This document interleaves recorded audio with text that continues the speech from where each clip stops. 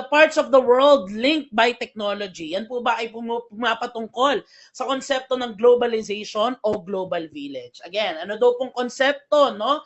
Yung pinabanggit wherein we pertain to the parts of the world being linked by technology.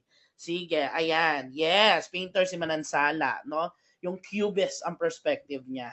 Yes. Ayan, okay, sige. O ito po, again, no, ito naman po for our subject, contemporary world. Parts of the world linked by technology. Yan po ba ay globalization or global village? And by the way, alam nyo po, ito ulit-ulit yung tanong niya recently, no? Hindi siya nawawala. Kaya dapat talagang matik sa isip natin yan, no? Again, parts of the world linked by technology, the answer is, may mga kakaunting naligwak, pero most of you, tumpak.